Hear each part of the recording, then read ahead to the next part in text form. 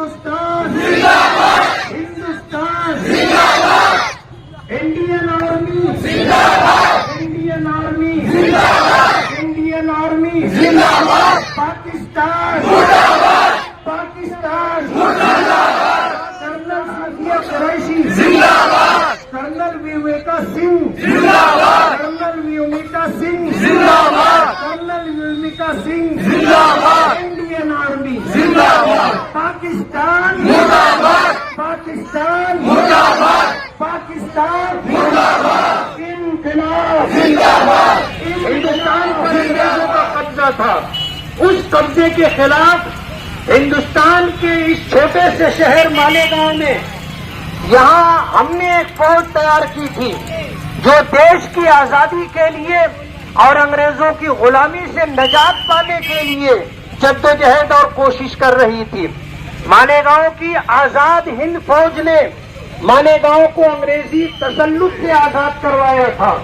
اور 3 دن تک مالیگاؤں میں آزاد ہند فوج کا قبضہ رہا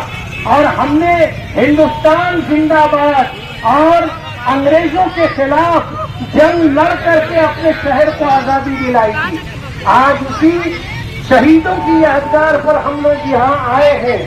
اور مہاراشٹر ہی نہیں اور ہندوستان ہی نہیں پوری دنیا کو اور پورے ورلڈ کو یہ پیغام دینا چاہتے ہیں کہ ہندوستان کا ایک ایک فرد،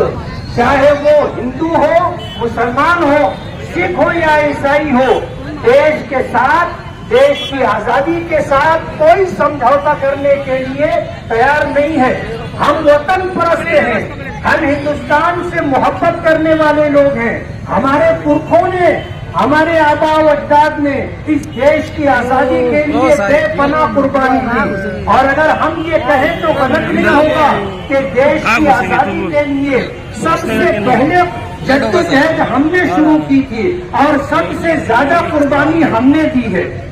آج الحمدللہ ہندوستان نے اس دہشت گردی کا جواب دیا جو دہشت گردی ماضی میں پلوامہ میں ہوئی تھی اور ہماری فوج کے سینکڑوں نوجوان شہید ہو گئے تھے، اور ابھی یہ پچھلے مہینہ پہلگام کشمیر میں جو دہشت گردوں کا حملہ تھا اور سیاح وزٹر 26-27 لوگوں کو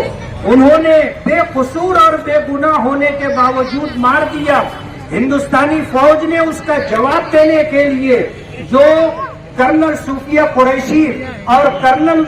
وویکا سنگھ کی قیادت میں جو اسٹرائک کیا ہے اور کامیاب اسٹرائک کیا ہے اور دہشت گردوں کے ٹھکانوں پر حملہ کر کے ان کو تہس نہس کر دیا ہے، ہم اپنی فوج کی حمایت کے لیے، اپنی فوج کا حوصلہ بڑھانے کے لیے اور پورے ملک کو یہ پیغام دینے کے لیے کہ اس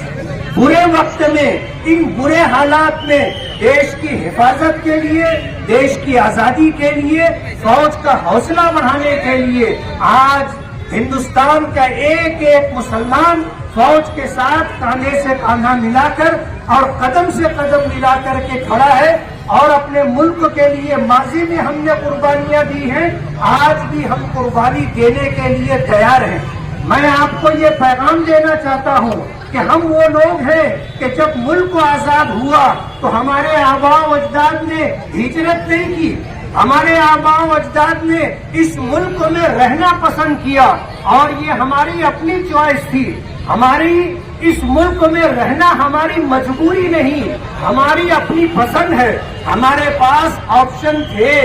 ہم ملک کو چھوڑ کر کے پاکستان جانا چاہتے تو جا سکتے تھے، لیکن ہم نے پاکستان جانا قبول نہیں کیا، اس ملک میں رہنا قبول کیا۔ ہمارے آباء و اجداد نے یہ پیغام اپنے بڑوں سے سنا تھا کہ ہم اسی مٹی سے پیدا ہوئے ہیں اور ہم اسی خاک میں ملیں گے، ہمیں ہندوستان چھوڑ کر کے کہیں اور نہیں جانا ہے۔ جمعیت علماء ہند نے